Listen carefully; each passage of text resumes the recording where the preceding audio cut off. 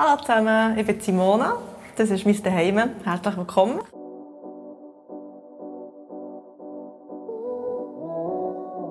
Meine Wohnung liegt in Steffisburg bei Thun. Ich schätze hier die Lage extrem, weil ich einen super Ausblick auf die Berge habe.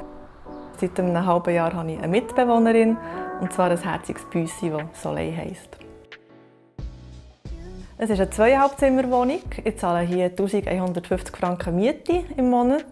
Und es sind rund 46 Quadratmeter und noch ein Balkon, der 5 Quadratmeter hat. Wenn man reinkommt, ist der Eingangsbereich und dann das Bad.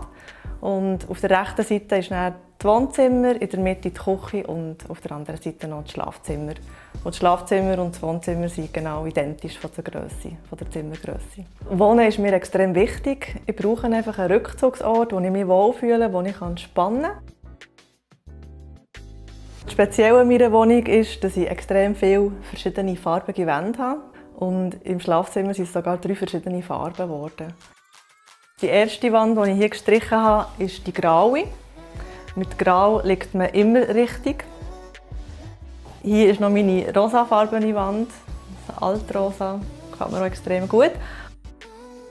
Und im Ecke habe ich eine gelbe Wand gestrichen mit einem alten Sessel vorne dran. Im Umfeld machen sie schon Witze, wenn ich wieder irgendetwas streiche. Und dann kommen so Sprüche wie «Hast du überhaupt so eine weiße Wand, die du streichen kannst?»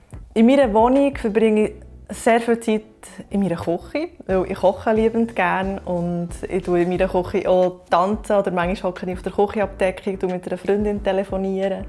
Und da sieht man jetzt gerade, wie die Wand schön wirkt in diesem Dunkelblau. Da habe ich wirklich extrem Freude.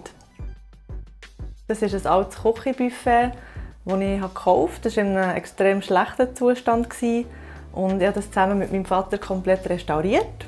Also zuerst wirklich alles abgeschliffen, neu gestrichen und sogar auch hier noch das Glas ersetzt.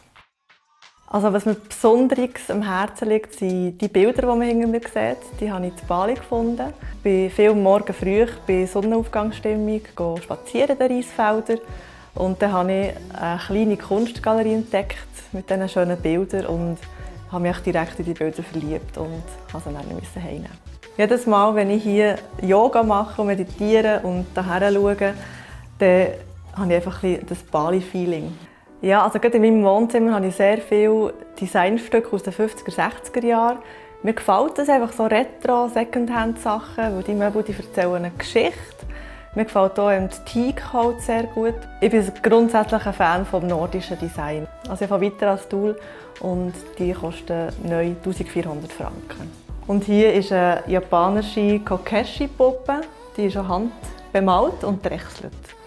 Ich habe wirklich gerne so kleine Figürchen und also mit Handarbeit ist, fasziniert mich.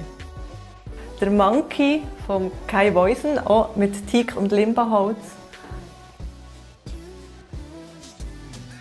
Meine neueste Errungenschaft ist die Vitra Sunflower Clock. Mit der habe ich wirklich jahrelang geliebäugelt. Sie ist nicht ganz günstig, sie kostet 1140 Franken.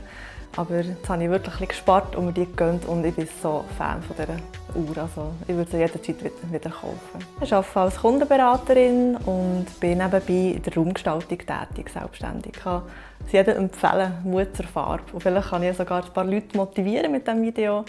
Und ich bekomme dann auch Lust, daheim etwas zu verändern und zu streichen.